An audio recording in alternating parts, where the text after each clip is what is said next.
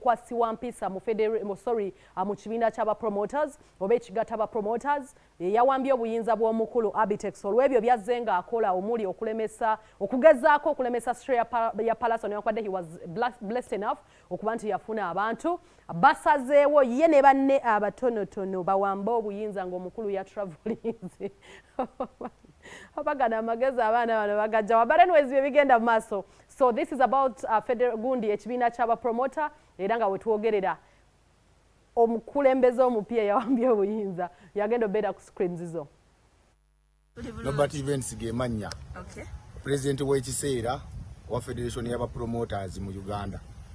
Ani yakulonda? Anti bino si byakulonda obuyinza nabuwambye era president yabaddewo w'ekiseera mwami Abitex mwena gwe mumanyi. Namuwambye abaliwo balina okukkiriza balina okugaana nze president w'akaseera paka nga banzigyemu obwesige oba nga balonze omulala. Yes, olw'ebyo byazatukola anyomoola abapromota banne abayisaamu amaaso bingi byazaakola abapromoters kirala talina location talina wasangibwa talina office.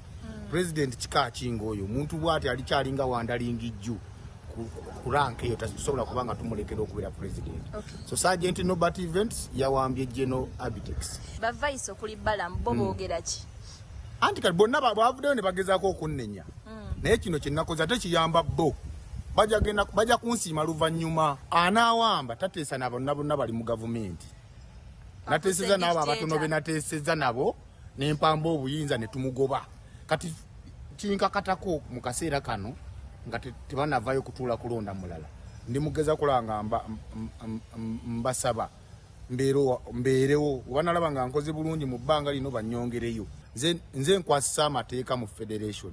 Kati amateeka okuba nti yagamenya waliwo abadde bannenya mbu gwe si gwe mwogezi. Siri mwogezi wa federation naye ate nze akwasa amateeka. Ekirala kibadde bannenyeza nga bagamba mbu federation tennabaawo mbu tennawandiisibwa. Ate federation bwe tennawandiisibwa kati kulwaki akayana nti namujje mu buyinza. Kitegeeza weeri era amateeka ge twasayininga weegali gakola. Takyasobola akkirize tukozesa amaanyi amapya ag'ekivubuka agaliwo tugende mu maaso. Munneegatteko nze ndi ku lutalo lwakulaba nga TikTok eggalwawo mu Uganda. Abantu bagoyingewa tugoyingewa mboli ku lutalo lwakulaba nga TikTok eggalwawo mu Uganda ya maamawo oba ya taatawo mbu mwagala okuba nga mulinga abafuga abaana abato TikTok egibwewo mu Uganda. Ani gwe mumanyiira boba olaba nga TikTok ekosezza obulamu bwo uninstall it from your phone. Bagambye muno mukakati mbu Uganda yiyo ogolwanyise TikTok mbu tugoyingewa mujja kufuna gye mugoyinga musaaga bwe mubate kubanga bino tebiri mu kwetereza. TikTok egenda kubaningibwa mu Uganda. Mumpe mu bbanga ttono nnyo emyezi mbawadde ennaku 9 emyezi 3.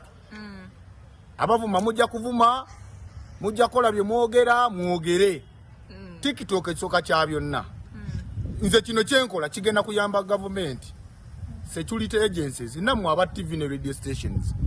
Ekisooka kya byonna TikTok buli muntu yamufuula wa mawulire n'atali qualified yafuuka wa mawulire. Kati ate mwe mwasoma ebitabo byammwe kati okusoma tekukyalina mugaso. Owulira TikTok ebizze bikolebwako bingi bye mulabye waliwo juzi wano mvuka yavuddeyo muvuzi wa boda naye yeye ogwa mawulire. Muvuzi wa boda navayo ne yewana n'okwana faba ADF abassa abantu.